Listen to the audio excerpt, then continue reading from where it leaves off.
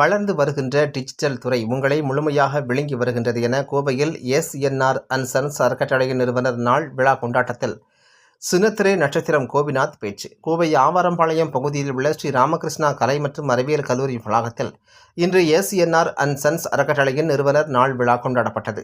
1970ஆம் ஆண்டு மறைந்த எஸ்என்ஆர் ரங்கசாமி நாயுடு அவர்களால் தோற்றுவிக்கப்பட்ட இந்த அறக்கட்டளையின் கீழ் மருத்துவம், கல்வி நிறுவனங்கள் உள்ளிட்ட 18 நிறுவனங்கள் தற்போது செயல்பட்டு வருகின்றது.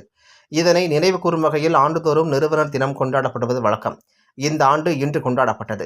நிகழ்ச்சியினை எஸ்என்ஆர் அண்ட் சன்ஸ் அறக்கட்டளையின் நிர்வாக அரங்காவலர் சுந்தர் தலைமை தாங்கினார்.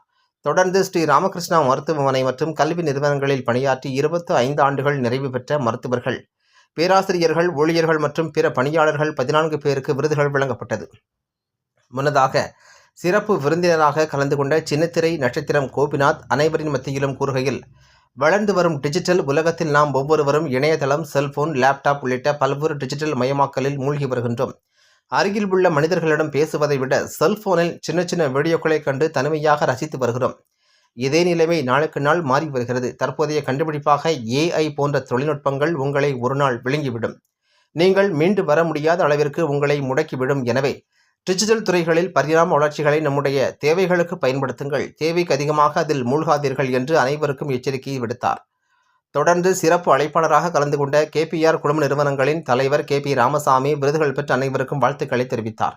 இறுதியாக ஸ்ரீ ராமகிருஷ்ணா பொறியியல் கல்லூரியின் முதல்வர் சவுந்தரராஜன் நன்றி உரை கூறி விழாவை நிறைவு செய்தார்.